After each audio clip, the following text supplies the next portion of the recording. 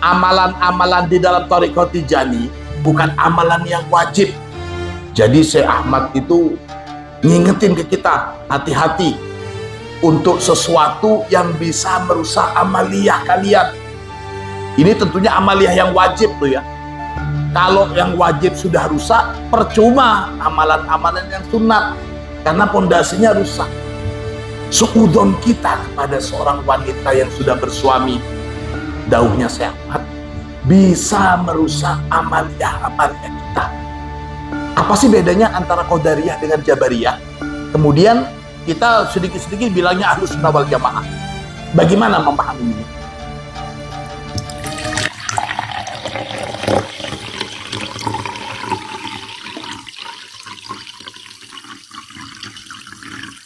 Bismillahirrahmanirrahim. Alhamdulillahirabbil alamin. Allahumma shalli ala sayyidina Muhammadin al-Fatih lima ughliqa wal khatim lima sabaq. Nasiril haqqi bil haqqi wal hadi ila siratikal mustaqim. Wa ala alihi haqqa qadrihi wa miqdarihi al-azim. Rabbi shrah li sadri wa yassir li amri wahlul 'uqdatam min lisani yafqahu qawli, amma ba'du. Fuqara Tijani rahimakumullah, saat pengajian Ahad awal kemarin saya sedikit membahas tentang ibadatus syukri, ibadah yang kita jalankan sebagai upaya syukur kita atas nikmat Allah Subhanahu wa taala allati la tuhsa, yang tidak bisa kita hitung banyaknya dan luar biasanya nikmat Allah bagi kita, baik sebagai manusia dan lebih-lebih posisi kita sebagai umat Rasulullah Sallallahu Alaihi Wasallam. Ada amaliyah wajib, ada juga amaliyah sunat. Maka ibadatus syukri ini, kalau dikategorikan ini amalan wajib atau sunat, maka tentunya ibadatus syukri ini masuk kategori ibadah sunat. Ibadah sunat itu dilakukan setelah kita melaksanakan amaliyah-amaliyah wajib kita. Tolong perhatikan ini. Jadi keliru kalau kita bisa sergap semangat dalam menjalankan ibadah-ibadah sunat, tapi untuk yang wajib kita melalaikan. Na'udzubillah, summa na'udzubillah min dzalik. Secara gampangnya, amalan-amalan di dalam Thariqah Tijani itu adalah bukan amalan yang wajib. Kapasitas kita sebagai umat Islam yang wajib itu sebagaimana kita ketahui dalam rukun Islam. Sholat, ada sholat wajib, ada sholat sunat. Jangan memperbaiki sholat sunat kalau sholat wajibnya masih enggak benar. Ini sebagai gambaran.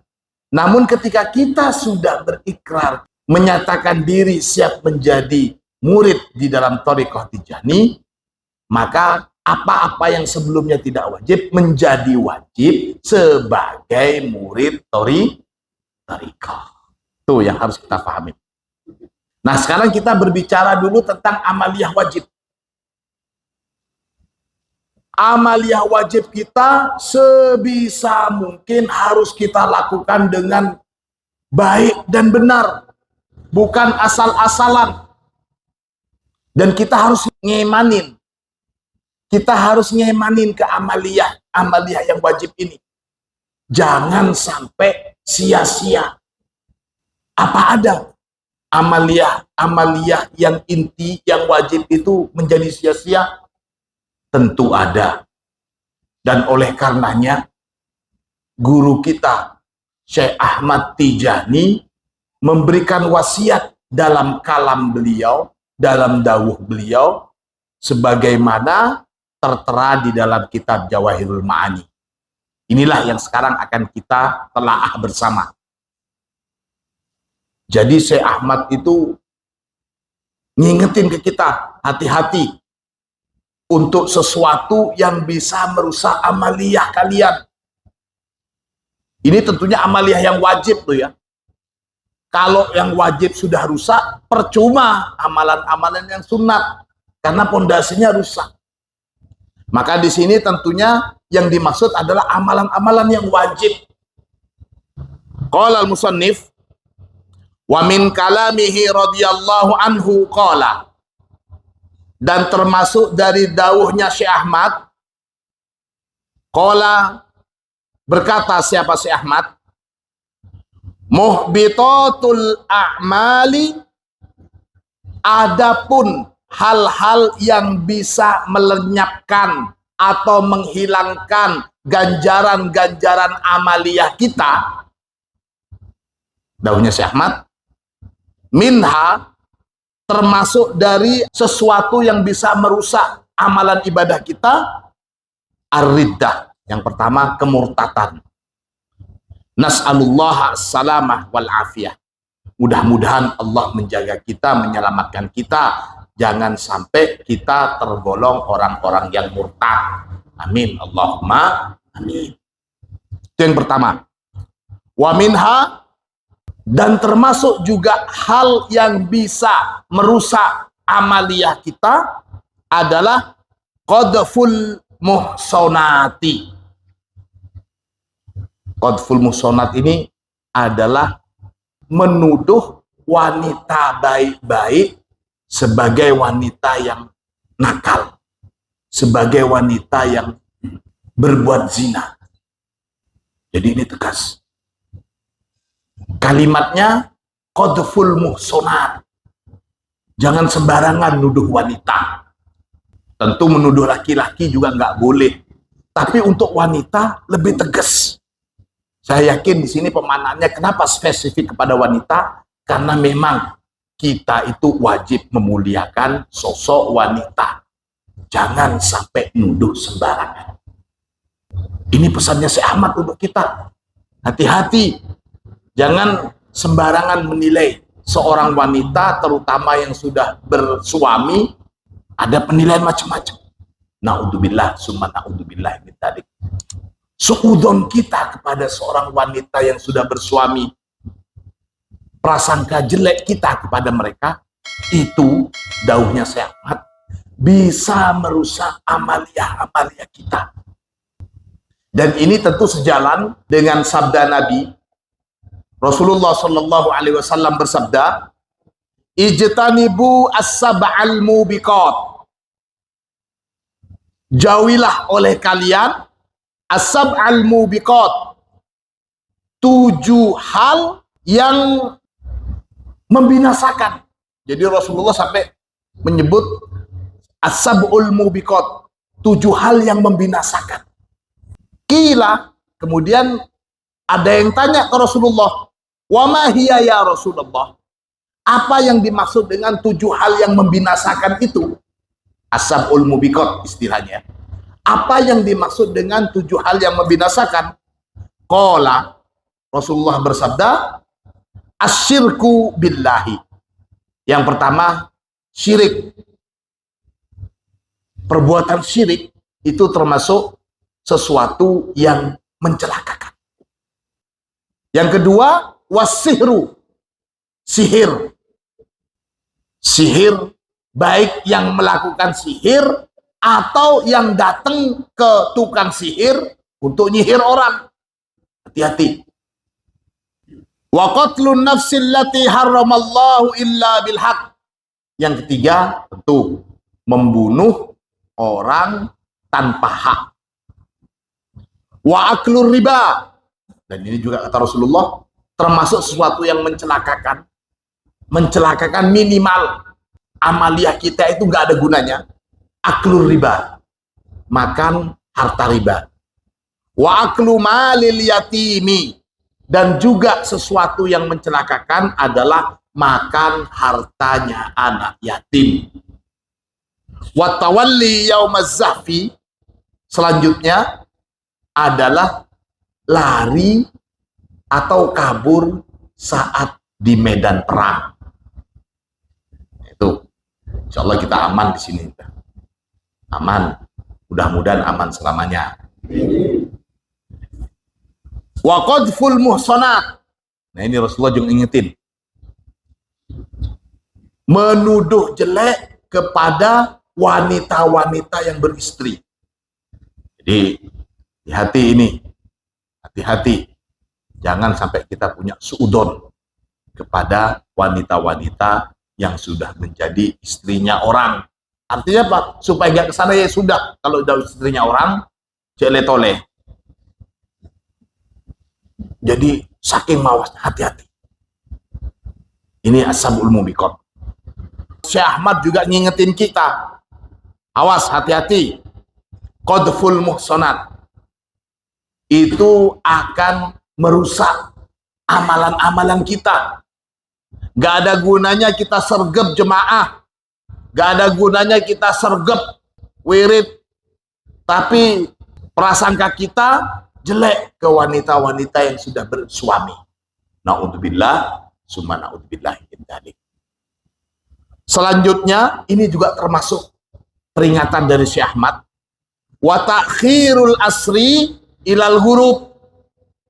Mentakhir waktu sholat asar sampai mendekati waktu maghrib. Jangan suka mentakhir waktu asar. Entah kenapa di sini kok secara spesifik ditulis asarnya saja. Padahal kalau kita seringnya bukan cuma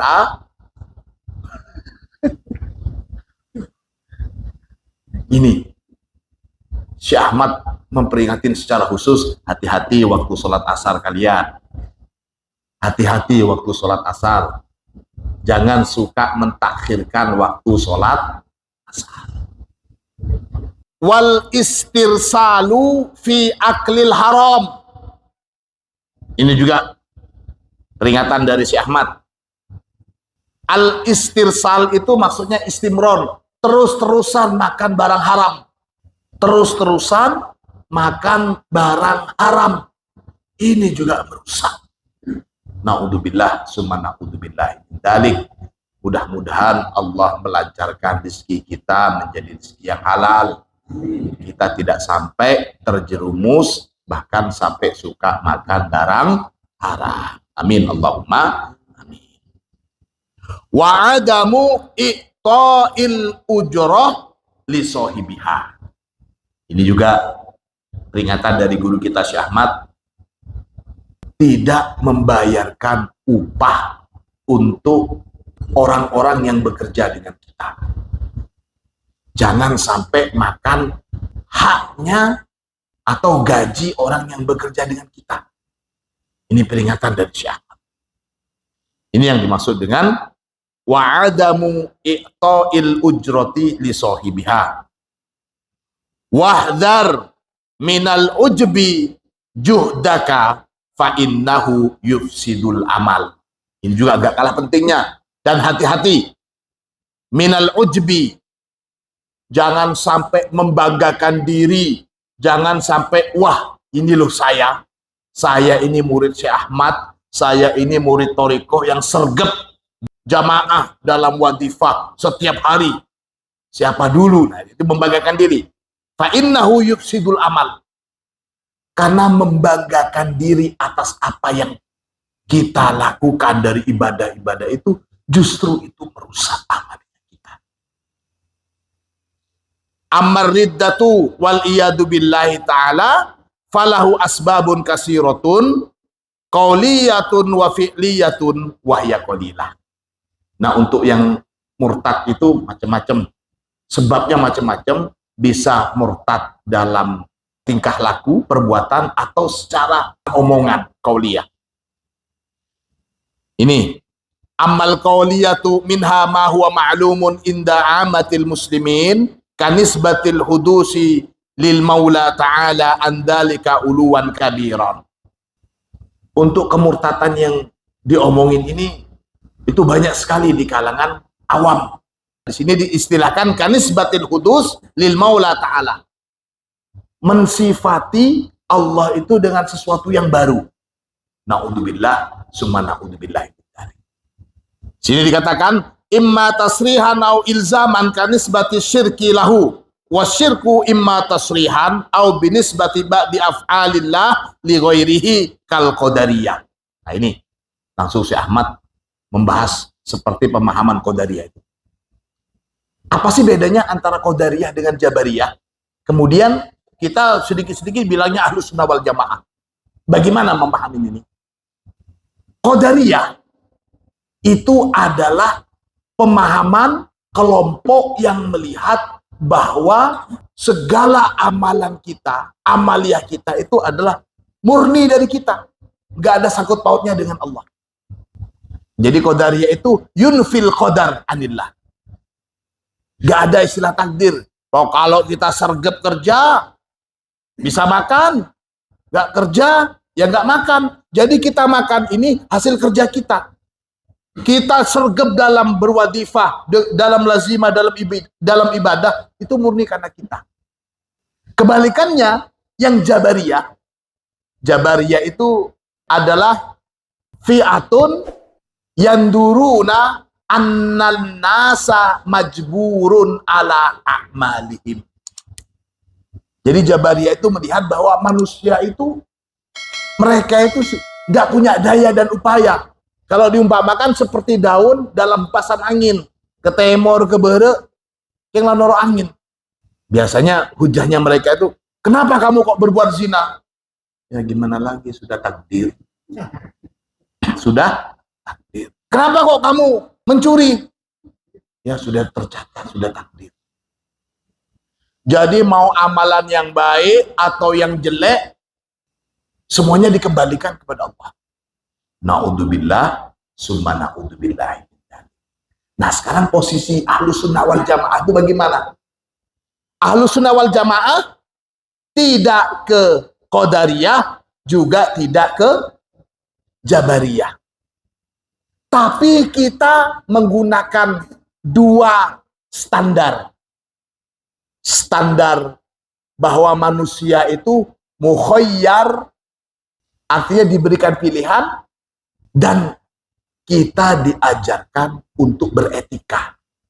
Maksudnya bagaimana? Dan ini banyak contoh-contoh baik di Al-Quran.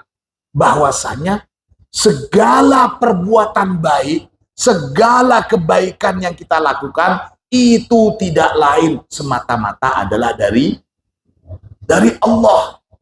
Jangan kita menyangka rajinnya kita beribadah, sergapnya kita wirid, kita bersedekah, itu karena diri kita. Tidak.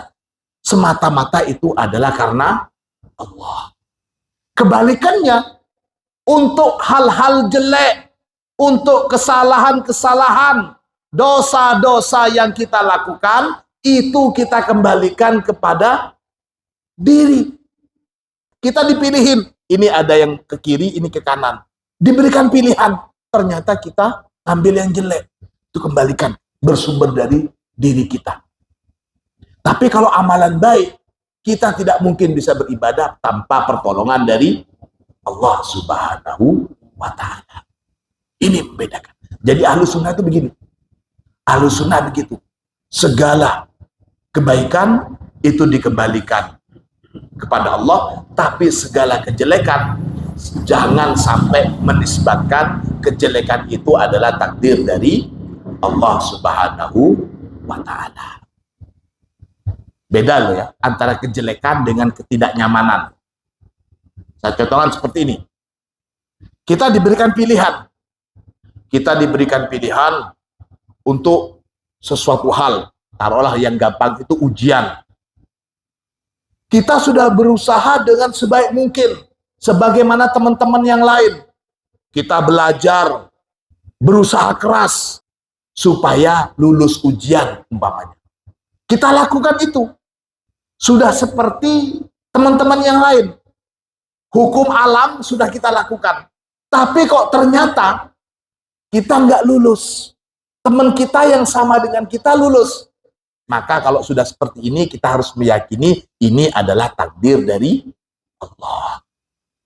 Tidak lulus ujian itu bukan berarti satu kejelekan. Kita wajib yakin bahwa inilah yang terbaik bagi kita. Allah Maha Tahu. Allah Maha Tahu untuk kadar kenikmatan yang perlu dikasih kepada setiap hambanya.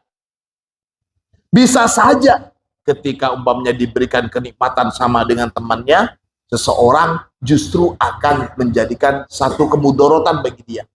Jadi Allah Maha Tahu. Apa yang kita anggap tidak enak atau tidak baik, antara lulus dengan tidak lulus, tentu tidak lulus ini secara dohir tidak baik kita nilai. Tapi bisa jadi itulah yang terbaik bagi Allah untuk kita untuk saat ini. Ini. Jadi intinya begini saja, untuk Qadariyah dan Jabariyah kita ada di Ahlus Sunnah. Kita memahami segala kebaikan itu datangnya dari Allah. Jangan sampai kita terlalu membanggakan diri karena sergap ibadah, sergap melakukan amal ibadah dan seterusnya. Itu adalah murni dari Allah. Sementara untuk kejelekan-kejelekan itu asli dari diri kita. Paham ya? Itu saja untuk Jabariyah dan Qadariyah. Pun kaitannya dengan membanggakan amaliyah sudah menjadi kebiasaan dan tradisi manusia. Setiap kali dikasih sesuatu, maka pengennya lebih. Diberi nikmat, pengennya nambah. Diberi kefutuhan, pengennya nambah terus. Ini termasuk kefutuhan. Bahwa kita bisa sergap wiritan, kita bisa sergap ngaji, kita bisa khidmat dalam berwadifah lazimah, itu merupakan satu kefutuhan. Sudah kita yakini itu adalah satu kefutuhan. Dan Allah Maha Tahu untuk menambah atau tetap dalam nikmat kefutuhan bagi kita. Yakinin bahwa Allah selalu memberikan yang terbaik untuk kita. Bagaimana kita bisa mensyukuri nikmat? Maka janji Allah pasti nikmat itu akan ditambahkan oleh Allah Subhanahu wa Ta'ala. Kita harus meyakini kita bisa sergap ibadah, kita bisa sergap wiritan, lazimah, wadifah. Itu adalah kefutuhan dari Allah. Itu adalah nikmat dari Allah. Betapa banyak saudara-saudara kita, tetangga-tetangga kita yang belum mendapatkan kenikmatan ini. Ya, belum banyak mendapatkan kenikmatan ini. Jadi ini adalah satu kenikmatan yang Allah berikan untuk kita. Mudah-mudahan dengan pandainya kita bersyukur atas kenikmatan ini, Allah semakin membukakan pintu hati kita. Ala hadhihi niyah wa ala kulli niyat solehah. Al-Fatihah.